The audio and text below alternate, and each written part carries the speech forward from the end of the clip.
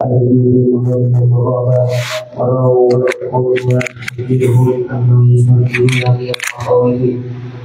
صفات ذاته تتغير ومعاملة الظالمين تتبدل فتظهر وتنسور وتطيب عليكم على معصية.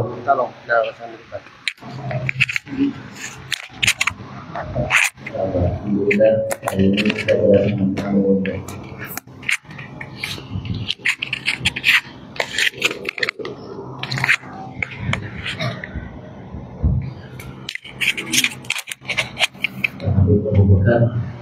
bin Habib al-Alam, Abu Bakar bin Habib al-Imam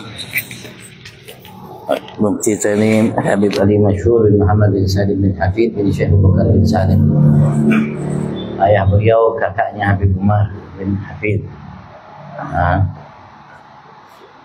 kakak kandung seayah seibu. Beliau keponakan Habib Umar. Alhamdulillah beliau bersama kita pagi hari ini. Mudah-mudahan kedatangan beliau menambahkan kita, pondok kita dan semua yang mengajar di pondok, belajar, terutama guru kita Habib Ahmad Rusri Ridha, insyaallah berkah. Mudah-mudahan menjadi motivasi buat setiap kita untuk semangat dan giat dalam belajar mengajar. Kita dengarkan dari beliau. Saya berusaha untuk menerjemahkan sebaik mungkin. Dan kalau seandainya ada yang perlu ditanyakan, nanti ditanyakannya. Karena talibul ilm haram kalau tidak paham tidak bertanya, wajib kalau tidak paham wajib bertanya. Tidak boleh malu, haram malu untuk bertanya. Ya, kita dengarkan dari beliau. Fa'ali qali tafadhal mashkuran sallallahu alaihi Muhammad. Koshi Niswan. Tah, balas. Baik, tahajud. Macam ni. Tanya ni, tersentik. Biru ya itu, apa kan? Boleh. Kalau mau dibuka namanya tirainya boleh ya. Yang tak boleh maju bang.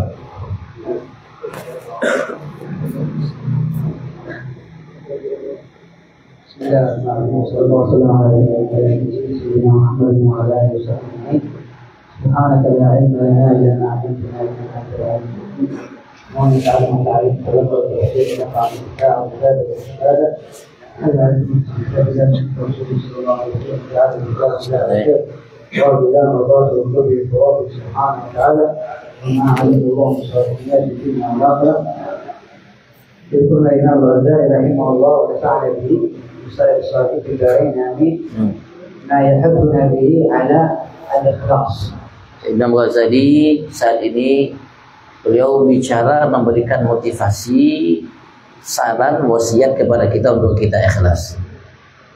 وهذا هو كمالية أعظم ما يصعد من الأرض إلى السماء.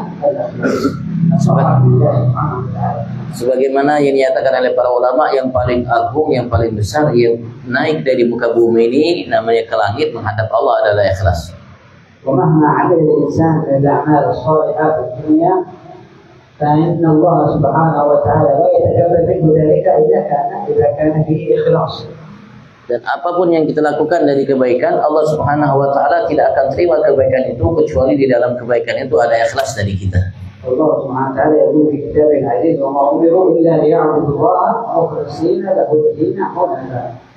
Allah mengatakan dalam firman-Nya, dan mereka tidak diperintahkan kecuali untuk menyembah Allah Subhanahu wa taala dan ikhlas dalam menyembah Allah Subhanahu wa taala dan berada di jalur yang benar. ومعنى حنفاء أي مائلين من الباطل إلى الحق. الحنيف هو الميل عن الباطل إلى الحق. Arti hunafa yaitu condongnya kita dalam meninggalkan namanya kebatilan menuju ke yang hak. فنسأل الله سبحانه وتعالى أن يكرمنا وإياكم جميعا بالإخلاص. Dan kita mohon kepada Allah saat ini untuk memuliakan aku dan kalian semua dengan ikhlas. إنه سر قبول العمل الصالح. Karena ikhlas itu adalah rahasia untuk diterimanya amal soleh yang kita lakukan. يذكر لنا بهذا الخصلة التي هي إذا الإنسان جعله الله سبحانه في محراب التبليغ يبلغ شرع الله سبحانه وتعالى ويبلغ كلام الله وكلام رسوله صلى الله عليه وسلم للخلق، لابد عليه أن يراعي في ذلك أمور ذكرها الإمام الغزالي. ذكر منها المرة الأولى ذكر فيها عدم التكلف في الكلام وعدم التنطع واختيار الألفاظ البليغة، لأنه مهما كان مخلصا في كلامه فهو مقبول ولو كان في كلام بسيط أو كلام ليس فيه من الفصاحة وغيرها.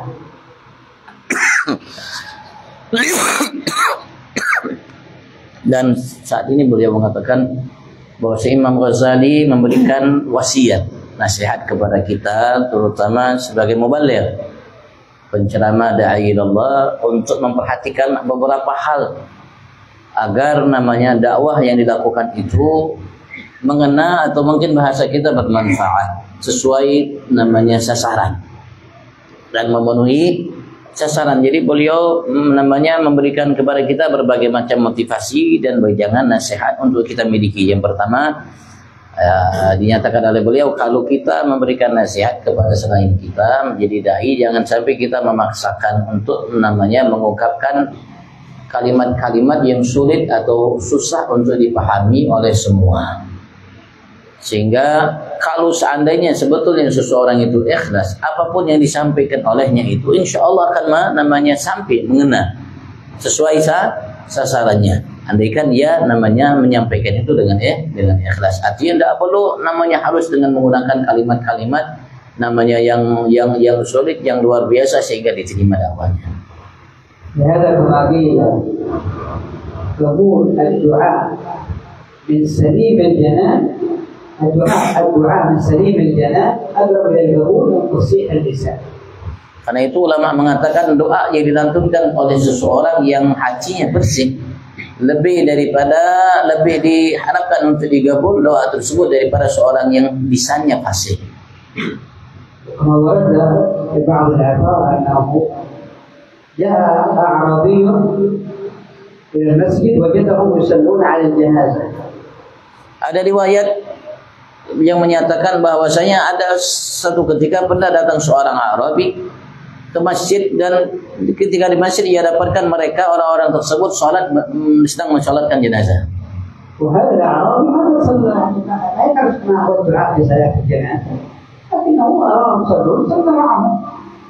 Tapi orang Arabi ini tidak tahu apa yang harus dibaca dalam sholat jenazah ketika doa.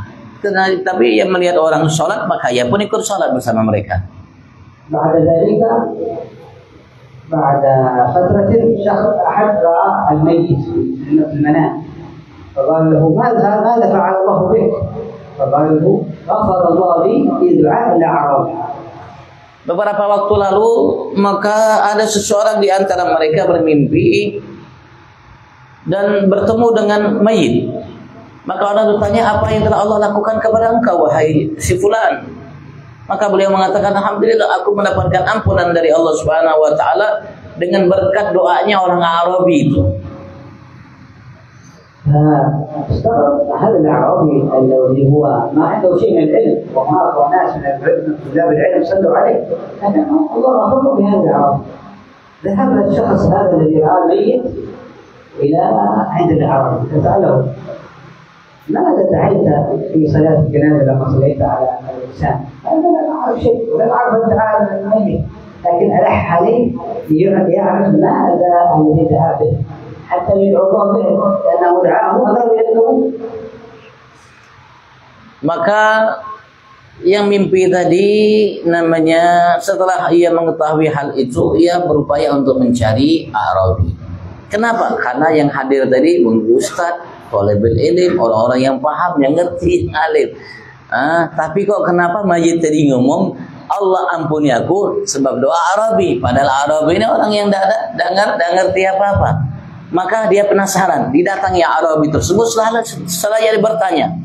Ketika pertama ia memaksa Arabi tersebut untuk namanya memberitahu kepadanya tentang apa yang dia lantunkan dari doa ketika ia sholat jenazah kepada si fulan kemarin itu. Maka karena namanya dipaksa karena dia ingin tahu, bang, ini doanya hebat berarti manjur pada ada ustadz, ulama lain sebagainya doa, tapi kok kenapa Arabi ini doanya yang diterima? Beliau mengatakan aku tidak ngerti apa-apa bang, aku tidak tahu.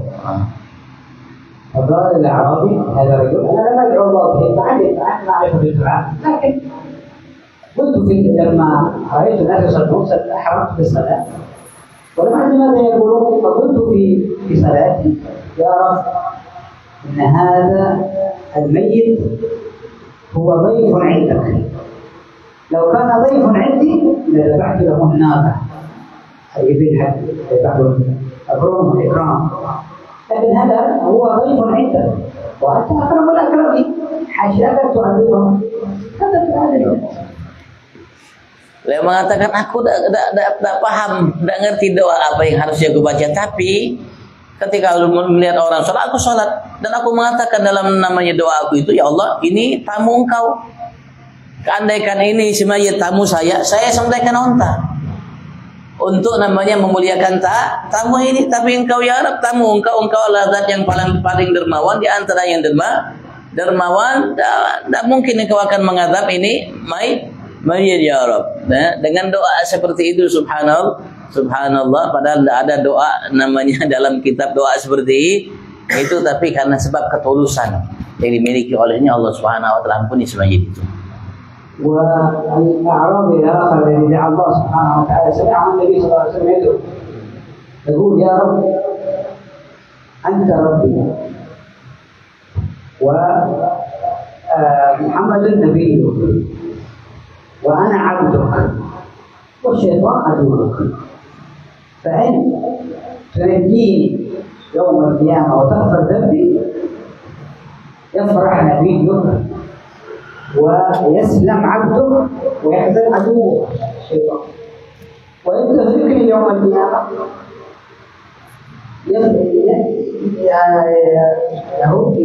يسخط نبيك ويهلك عبدك ويفرح عدوك وأنت حري أن تحزن نبيك وتفرح عدوك. Ada juga seseorang Arabi datang ke makam Nabi besar Muhammad. Ya, Nabi besar Muhammad SAW. Dalam ziarah itu dia berdoa, ya Allah, aku hambamu. Ini nabimu. Kau adalah Tuhanku, syaitan adalah musuhmu.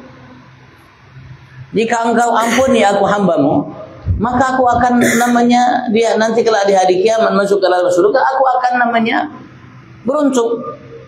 Nabimu akan senang, syaitan akan murka. Tapi andaikan kau buat aku nanti kelak celaka ya Rabbi hari kiamat, yang jelas nabimu akan sedih. Aku hambamu celaka, syaitan gembira senang. Tidak mungkin engkau membuat namanya nabimu bersedih ya. Dan ya Rabb, di saat namanya syaitan kala itu namanya senang. وليس معنى ذلك أن الإنسان يترك الدعوات التي هي موجودة في القرآن أو في الحديث أو كلام الدعوة الصالحين، هذه قريب إلى القبول، لكن ليس معنى الإنسان المقصود من ذلك أن ليس المقصود من الإنسان يطلب الدعاء الذي فيه فصاحة أو أهم شيء أنه يدعو الله بقلب منكسر خاضعا له سبحانه وتعالى يقبله الله سبحانه وتعالى.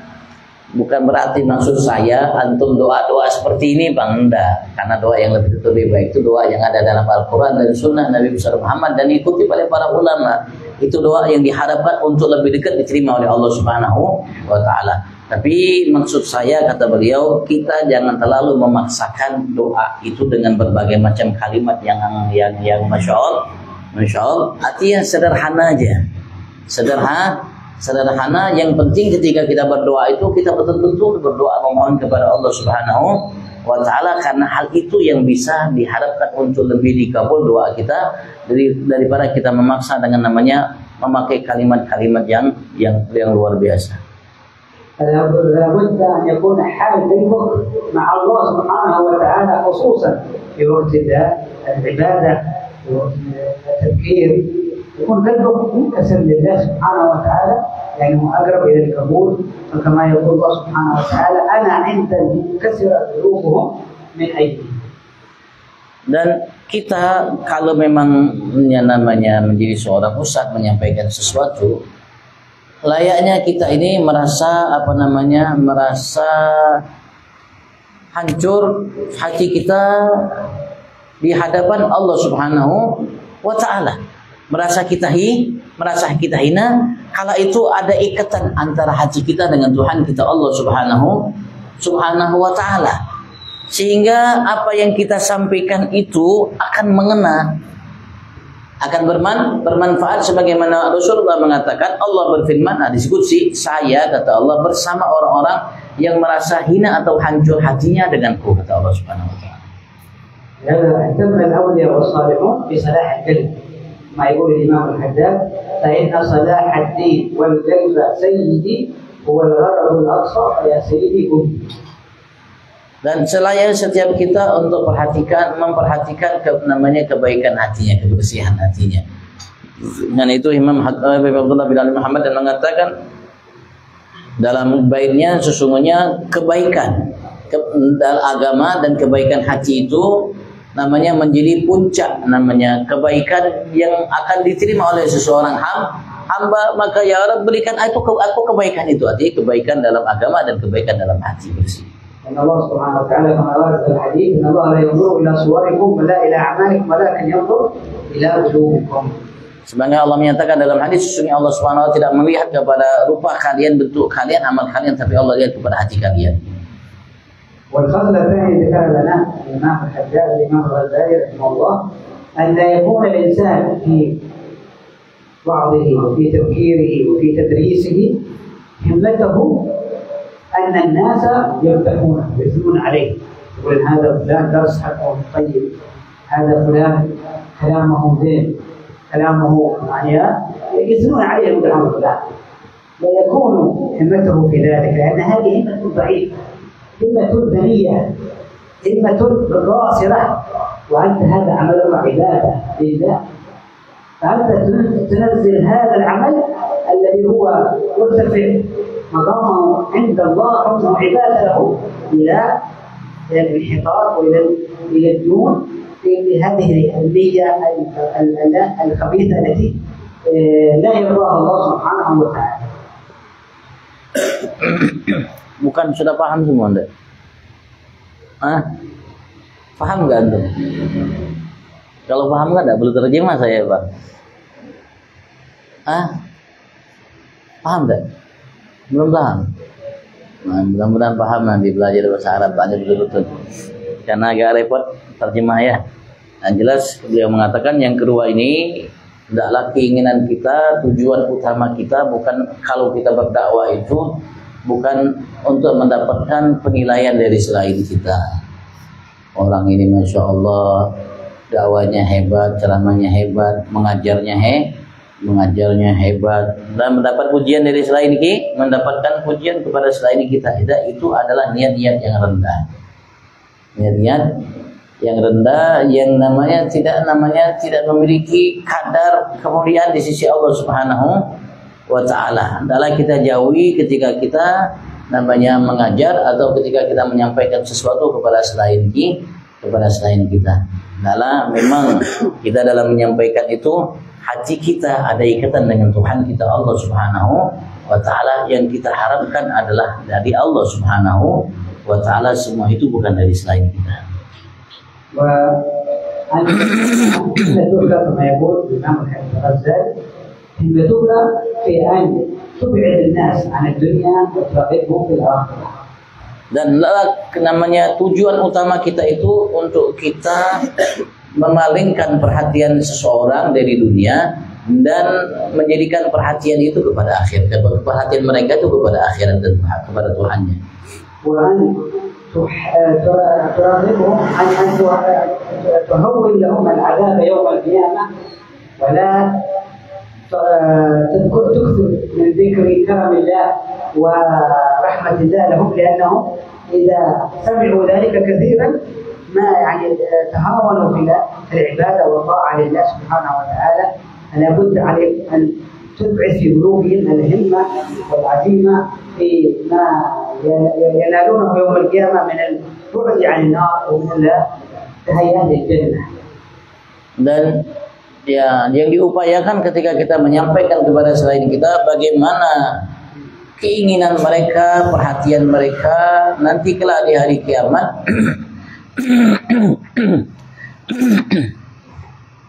agar mereka mampu namanya menjauhkan diri mereka dari neraka dan masuk ke dalam surga Allah Subhanahu wa taala.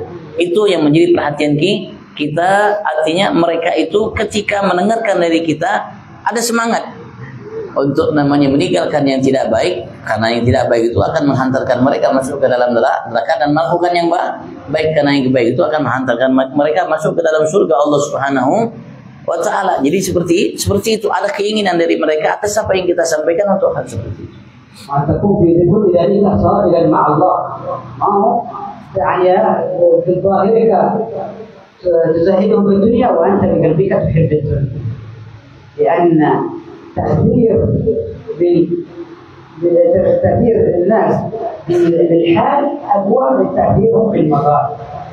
فحال الإنسان يكون موافقا لمظاهره، أما إذا كان مظاهره شيء وحاله شيء آخر فيؤثر فيهم بالحال بلسان الحال أكثر من تأثيره بلسان المظاهر، فأنت تكون في أهوالك مطابق لأحوالك.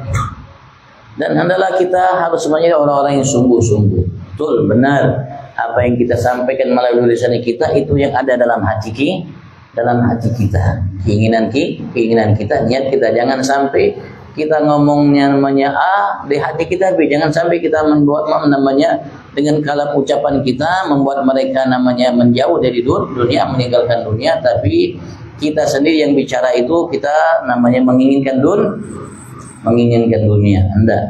Nah, harusnya apa yang ada dalam hati kita namanya itu sesuai dengan apa yang diucapkan oleh lisan kita, jangan sampai berbeda.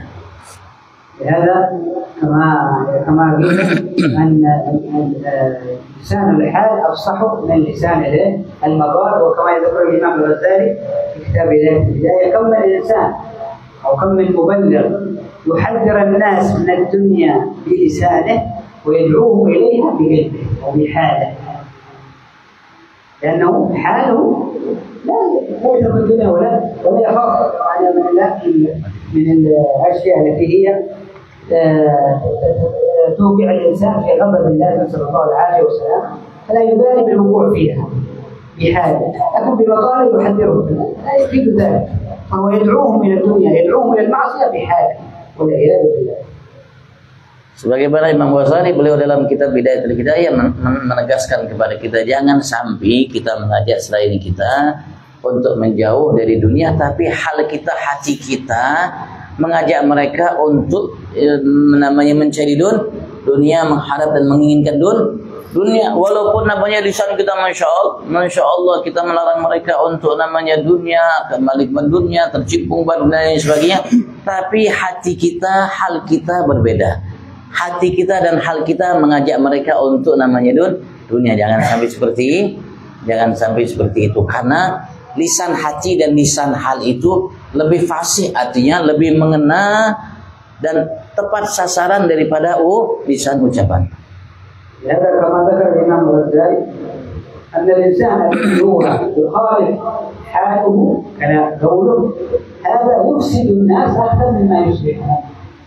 Dan beliau mengatakan bahwasanya ketika berbeda antara lisan yang diucapkan oleh lisannya dengan lisan namanya kondisi keadaannya itu berbeda, maka yang ia rusak dengan namanya lisan, namanya halnya hati itu lebih banyak yang ia perbaiki dengan lisan namanya ucapannya. Ya, bila mengatakan Nabi Muhammad SAW, annahu yawm akhir zaman yakhafu ala ummatihi bil ulama as-su' akthar min khawfihi alaihim min fitnatil dajjal wal iyad. Sampai Rasulullah pun beliau pernah menyampaikan dalam sabdanya, beliau nanti di akhir zaman lebih takut kepada ulama-ulama su daripada dajjal. هذا يقول الإمام الغزالي لأنه قال ما يصيب هذا القائل في دينه لا يستطيع بمثله الشيطان. يعني الشيطان يفسد الخلق، لكن هذا الإنسان الذي هو من علماء السوء يفسد أكثر من إفساد الشيطان والعياذ بالله. Dan beliau menegaskan kepada kita bahwasanya Ya, apa yang dirusak oleh seseorang itu dengan ucapannya, apa yang disampaikan olehnya, mungkin tidak bisa dilakukan oleh syaitan.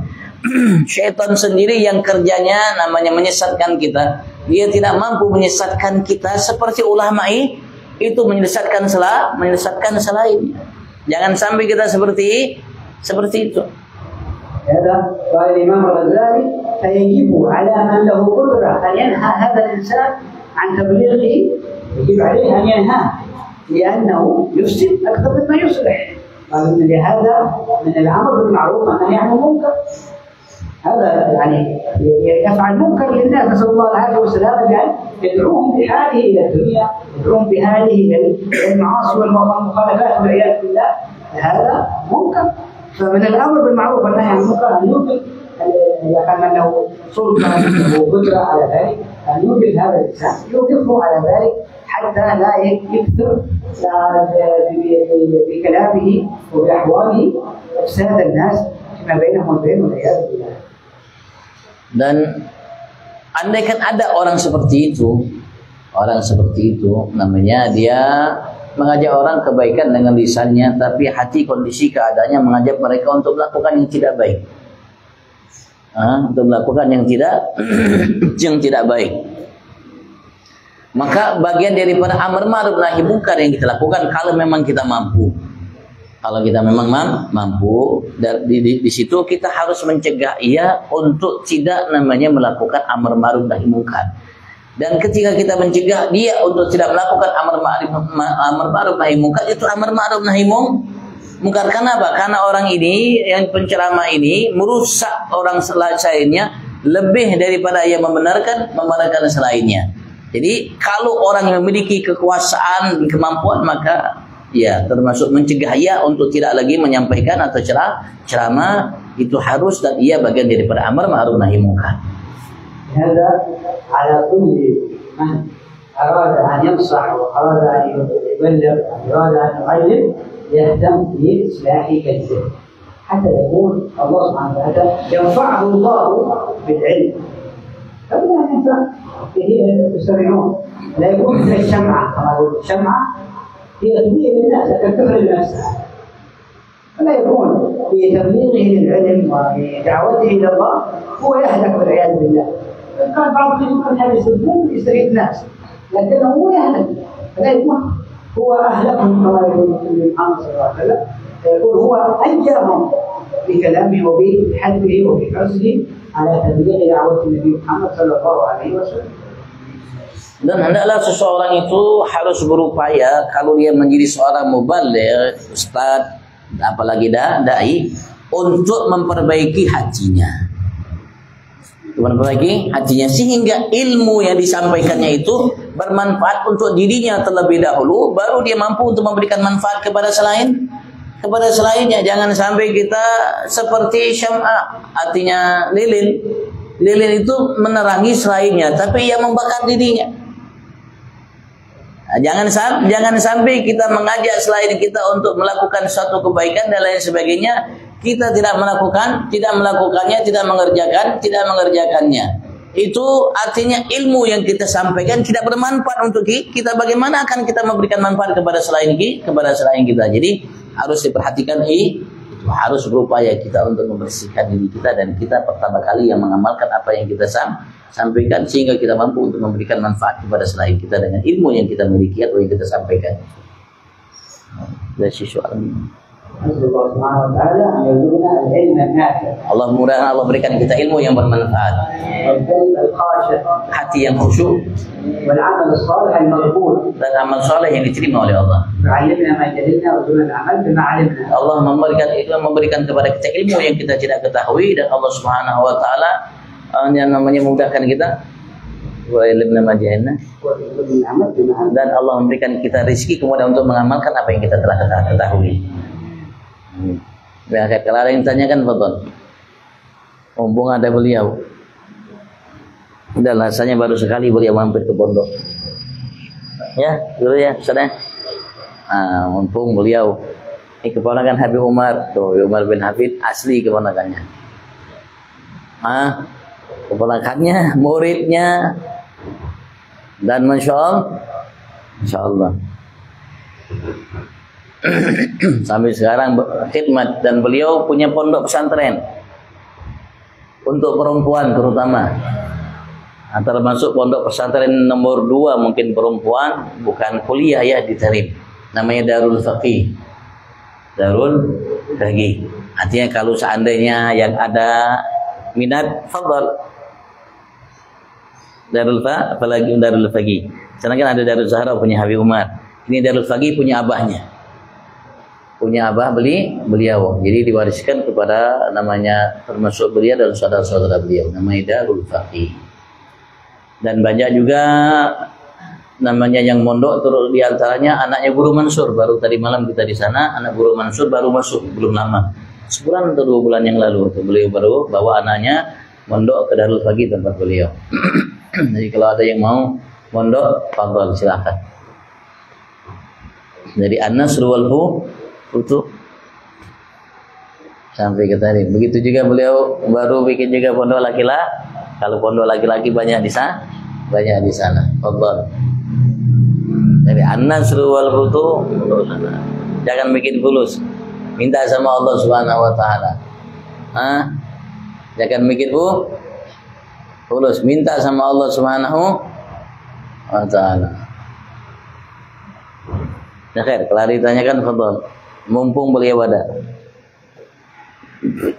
Teman sekelas saya dulu di Hadramut Sarif. Tapi beliau alim, saya bungul masih. Beliau namanya cerdas, saya bebal ya.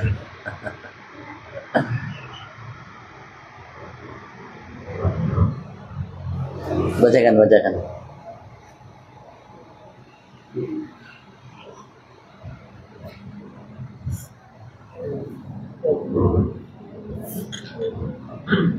Assalamualaikum warahmatullahi wabarakatuh. Bagaimanakah kita mengetahui ciri-ciri ulama sunnah? كيف نعرف يعني أوصاف علماء السوء؟ كيف نعرف علماء السوء؟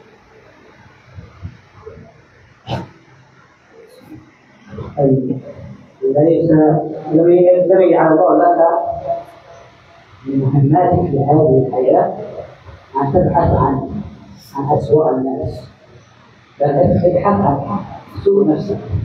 Bukanlah namanya perintah dari Allah Subhanahu wa taala dalam kehidupan kita untuk kita tahu orang-orang yang tidak baik, tapi untuk kita tahu diri kita yang tidak baik. فأنت إذا كنت أنت من علماء السوء اتبع نفسك، أما غيرك فلا تدعوهم من علماء السوء. Adapun kalau andaikan engkau mendapatkan dirimu ulama su, maka engkau harus hati-hati. Bukan namanya kewajiban engkau untuk menilai selainmu sebagai ulama su. الذي يقول أن فلان سوء هو السوء، ما هو لا.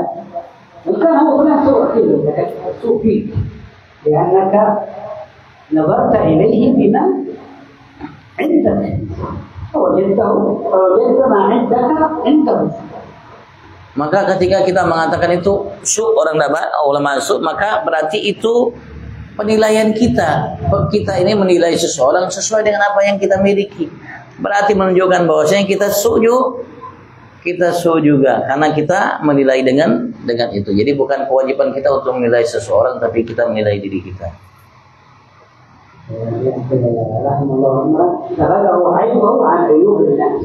Rasulullah mengatakan Allah mudahan limpahkan kasih sayang kepada seseorang yang menyibukkan dirinya untuk mengetahui kekurangan-kekurangannya sehingga ia lupa untuk mengetahui kekurangan selainnya.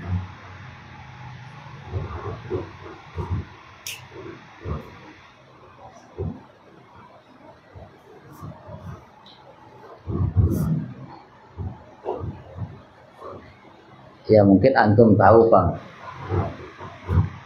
karena kita kan tahu yang mana yang baik, mana yang tidak baik.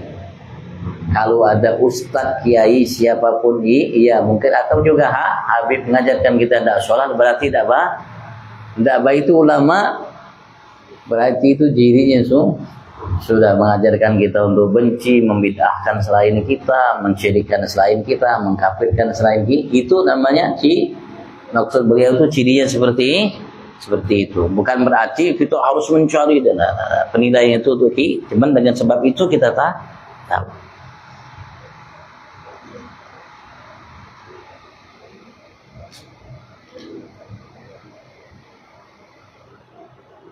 Tolong kalau ada yang ditanyakan lagi, perempuan boleh bertanya bang?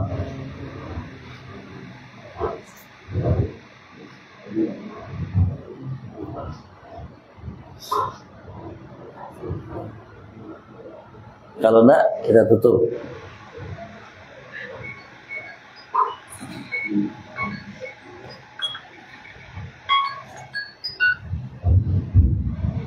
Assalamualaikum. Assalamualaikum warahmatullahi wabarakatuh. Kalau enggak ada tutup bang. Oh, alhamdulillah, masya Allah. Antum niatkan berbagai macam niat.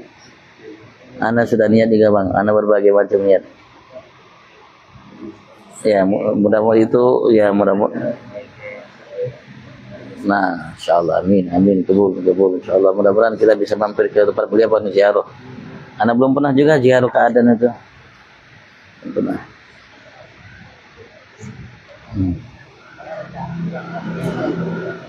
Solo kok Saban Oh, Anda juga ada rencana sih. Ada rencana sih, insyaallah. Mudah-mudahan.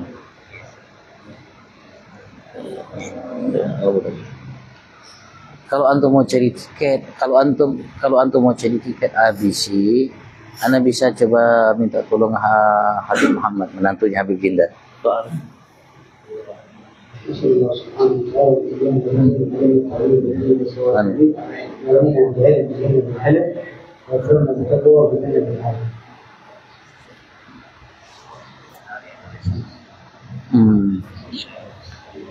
Nah, kemarin seperti yang kemarin kita bikin ketika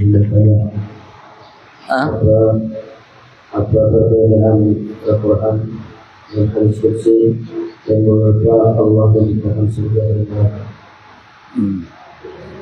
Ana dengar ada pesawat dari Abu Dhabi ke Mukalla. Ana ada dengar ada pesawat. Nah, kalau memang itu bisa, Hasan antum masuk dari situ, keluar dari Saudi. Jangan lewat lain, jangan lewat Mesir, kecuali kalau Mesir antum mau mampir.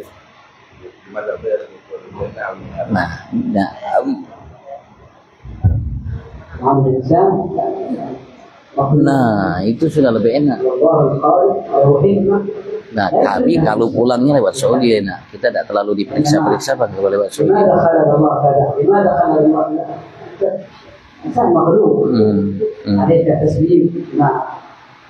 خلق الله سبحانه وتعالى بما علينا حكم الله به سبحانه وتعالى فلا تعترض على ذلك لهذا ما يقول الإمام حداد لو ولم وكيف لو بالحمار يعترض على Terus kapan anak transfer untuk mobil itu? وجدت كل شيء بحد لا تعترض على هذا فأنت Oh, siap. الله في الأوامر والنهي عن النواهي Siap anak tunggu antum. كما قال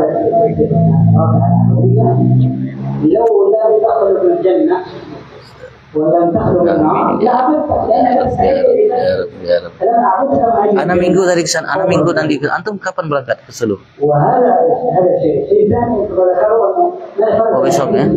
كلام الله نزل على Anan النبي محمد صلى الله عليه وسلم تواتر عن العلماء من نبينا محمد الصحابه عن التابعين عن قالوا بنبينا محمد وهذا كلام القران يتواتر Ana insyaallah ke sana hari Minggu ada acara itu Samsul pon madrasahnya itu.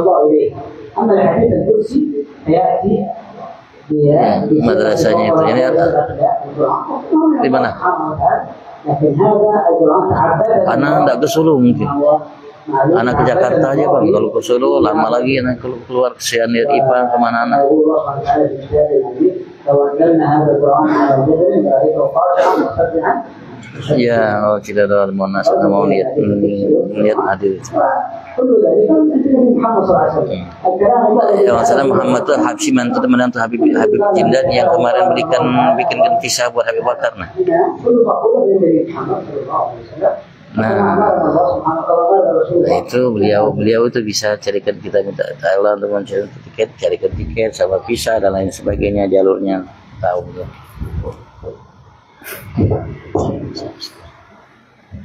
Wallahu a'lam. Ya kan, barakallahu fikum. Barakallahu fikum. Makasih banyak. Anda sampaikan kepada Habib Alvin. Anda minta nanti ucapan dari Mursyid. Mudah-mudahan dia bisa ngasih ucapan buat kita. Amin. Assalamualaikum warahmatullahi wabarakatuh.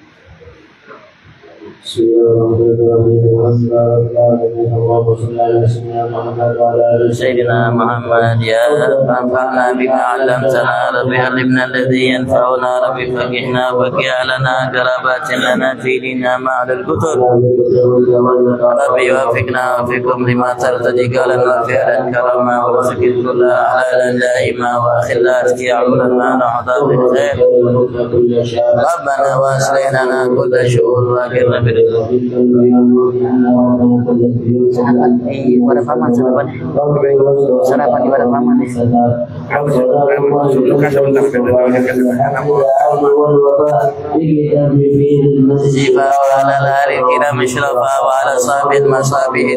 Allahumma hadina bi hudak waj'alna mimman yusafir ولا تولنا وليسمع ولا تجعلنا من الخالق والعصر وحسبنا ونعم الوكيل لا حول ولا قوة إلا بالله العلي العظيم وصلى الله على سيدنا محمد وعلى آله وصحبه وسلم والحمد لله رب العالمين